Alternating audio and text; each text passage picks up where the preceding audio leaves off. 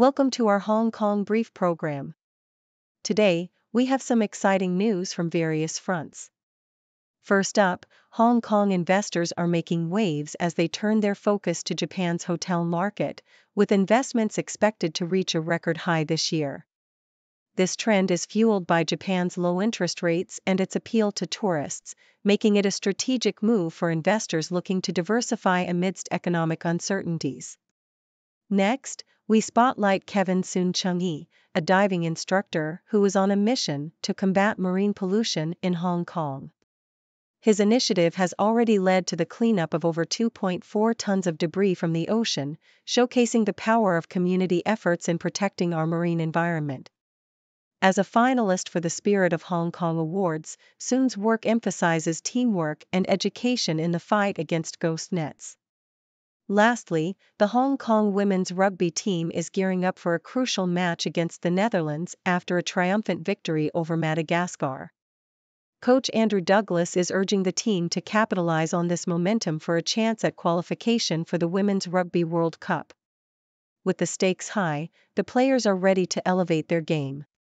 Please stay tuned for more detailed coverage.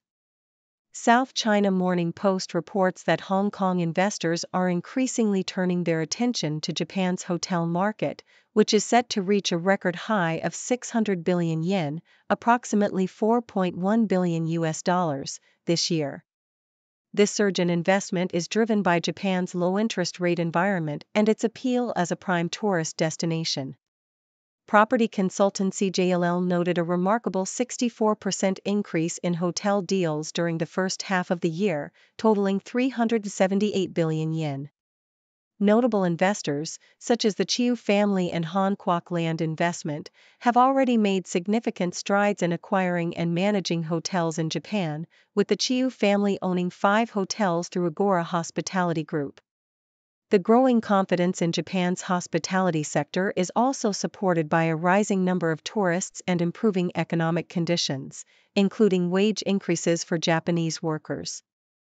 In another inspiring story, South China Morning Post highlights the efforts of diving instructor Kevin Suen Chung-yi in combating marine pollution in Hong Kong's waters. After witnessing the detrimental effects of abandoned fishing nets on marine life, Suen founded the Ghost Net Hunting Unit in 2022, leading over 10 cleanup operations that have removed more than 2.4 tons of debris. His mission extends beyond physical cleanup. Suen is dedicated to educating the public about the long-term impacts of marine pollution. He emphasizes the importance of community involvement in these efforts, fostering a sense of camaraderie among volunteers who share a passion for protecting the ocean. Despite facing challenges like recurring pollution in cleaned areas, Suen remains motivated by the meaningful change his work brings to the environment. Lastly, the South China Morning Post covers Hong Kong's women's rugby team as they gear up for a crucial World Cup qualification match against the Netherlands in Dubai. Following a strong 38-7 victory over Madagascar, head coach Andrew Douglas emphasized the importance of capitalizing on this momentum. The team's performance showcased remarkable improvement after a disappointing loss to Fiji, with standout players like Zoe Smith contributing significantly to the win. As they prepare for the Dutch team, which recently drew with Samoa, Douglas stresses the need for enhanced aggression and better set pieces. The stakes are high, as the top 2 teams from the tournament will secure spots in the 2025 World Cup, making the upcoming match a pivotal moment for Hong Kong's rugby aspirations.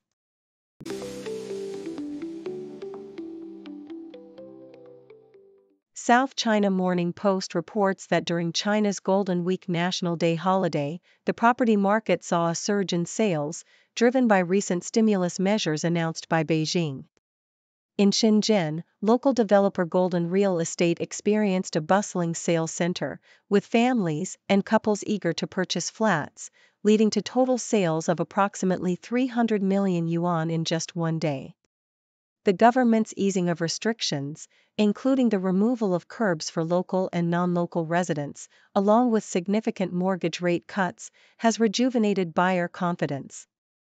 This stimulus package is the most extensive since the pandemic and has resulted in a remarkable recovery in the stock market, boosting sentiment among both regular homebuyers and the wealthiest individuals in cities like Shenzhen. South China Morning Post also highlights the innovative transformation of a historic retail space in Shanghai known as TX Huaihai, which aims to become a hub for youth culture amidst the rise of e-commerce. The 27,000 square meter shopping center features local fashion brands, nightclubs, and exhibition spaces, encouraging customers to engage with products in person. TX Huaihai seeks to shift perceptions from made in China to designed in China, showcasing the creativity of emerging designers. With a focus on community and collaboration, the mall includes spaces for pet markets and cultural events, drawing inspiration from vibrant areas in London and Tokyo. The project reflects a growing trend of blending retail, culture, and entertainment, aiming to attract a young demographic seeking unique experiences. South China Morning Post reports on a maritime incident involving the Royal New Zealand Navy's vessel, Manawanui, which sank off the coast of Samoa while conducting a reef survey. Fortunately, all 75 crew members and passengers were safely rescued, thanks to a coordinated effort involving local emergency services and the Royal New Zealand Air Force. The cause of the grounding is under investigation, with the Navy's chief expressing concern over the incident's implications and environmental impacts. The vessel, which cost 103 million New Zealand dollars, capsized after running aground, and recovery efforts are underway to salvage what remains. The defense minister acknowledged the challenges faced by those on board and emphasized the importance of understanding the incident to prevent future occurrences.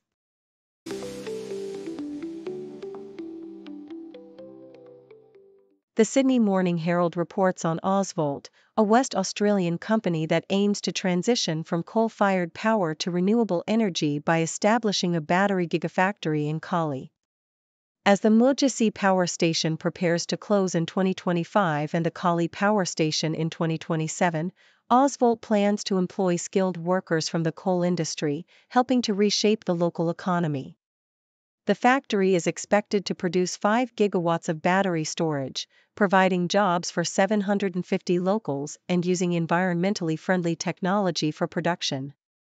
With global demand for batteries projected to rise significantly, Ausvolt's initiative highlights the potential for a sustainable energy transition in Australia.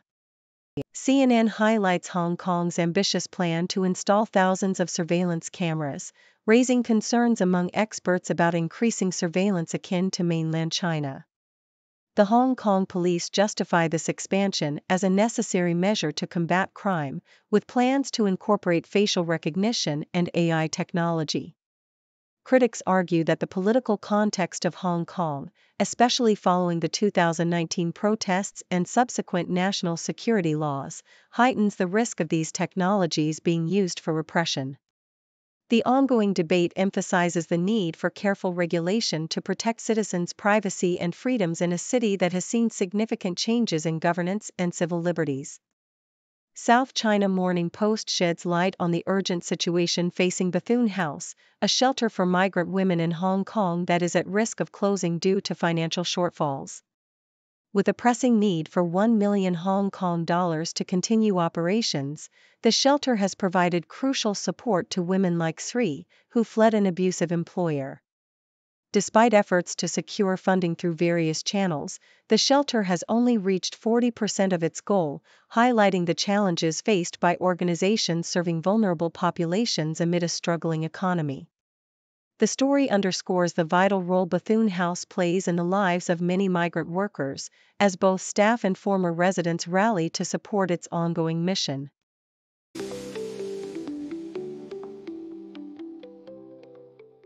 South China Morning Post highlights the cultural significance of Hong Kong-style milk tea, a beloved beverage that sees 2.5 million cups consumed daily in the city. The drink's origins trace back to the British colonial era in the 19th century, evolving from high-end tea served in hotels to a staple in local cafes known as cha chan ting. The brewing process has been perfected over the years, with local tea masters like Alex Leong emphasizing the importance of each step, from selecting the right tea leaves to achieving the perfect balance of flavor and aroma. The drink even holds a place in Hong Kong's intangible cultural heritage, with competitions like the Kamcha competition celebrating its artistry. Variations such as Cha Jiao and Yuan Yung showcase the drink's versatility, while the rise of ready-to-drink milk tea products signals its ongoing popularity and adaptation in modern times.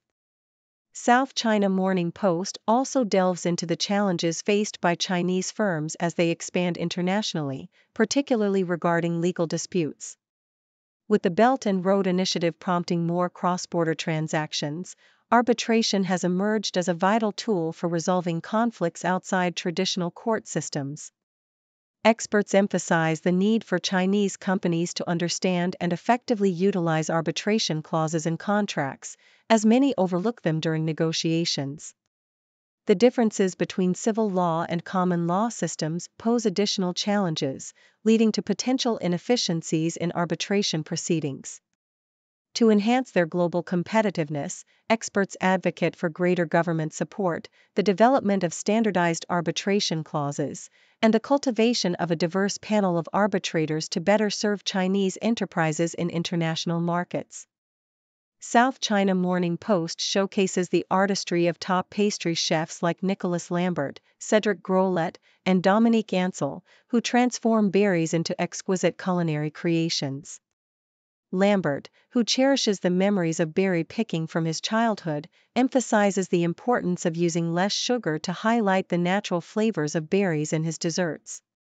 Grolet captivates audiences with his trompe l'oeil pastries, using berries to create stunning visual and taste experiences, while Ansel's innovative cronets often feature seasonal berry fillings. All three chefs share a commitment to preserving the intrinsic qualities of berries, sourcing them from local markets, and experimenting with flavors that enhance their natural sweetness. Their passion for berries not only reflects their culinary expertise, but also their dedication to creating memorable experiences for dessert lovers around the world.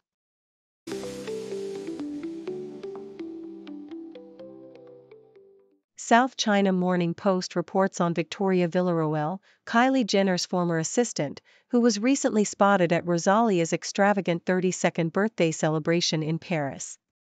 The event attracted numerous celebrities, including Kendall and Kylie Jenner, Gigi Hadid, and Willow Smith. Villarroel, who has 1.8 million Instagram followers, has a fascinating background, born in Venezuela and raised in various countries before settling in Los Angeles.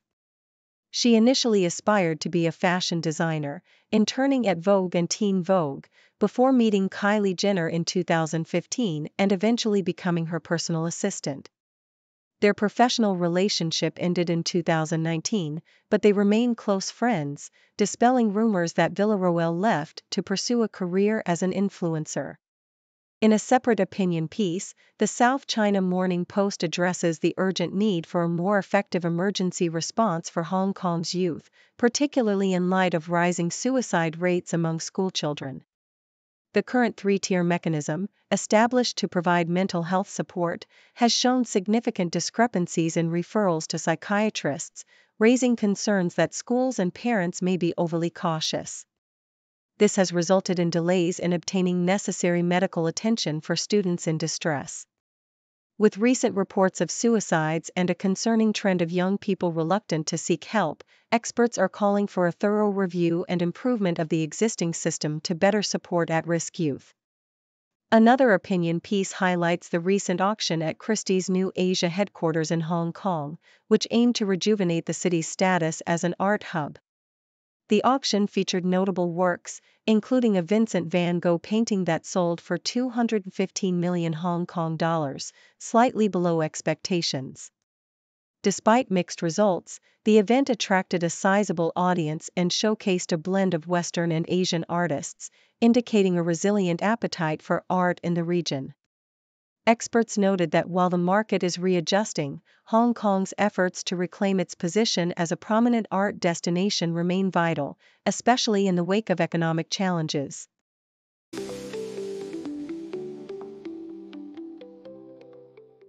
Thank you for tuning in. The content above showcases the latest briefing reports and analytical synopses, thoughtfully curated by the 6Do team. These insights stem from a wide array of reputable media outlets, think tanks, government sources, and specialized experts worldwide. We encourage you to explore these sources for a comprehensive perspective. Keep in mind that while the content may not always align with the official standpoint of 6Do Brief, it's not meant to be taken as absolute directives for decision-making. Comprising seasoned media professionals, learned scholars, and accomplished scientists, the 6Do team embodies a trailblazing, fully independent media entity.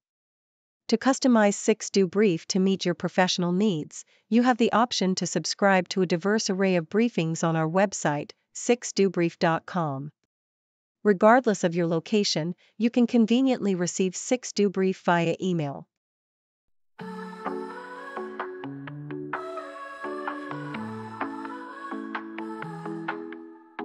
Waking up to wonders, checking nature blunders. Got our rockets flying while the oceans are sighing.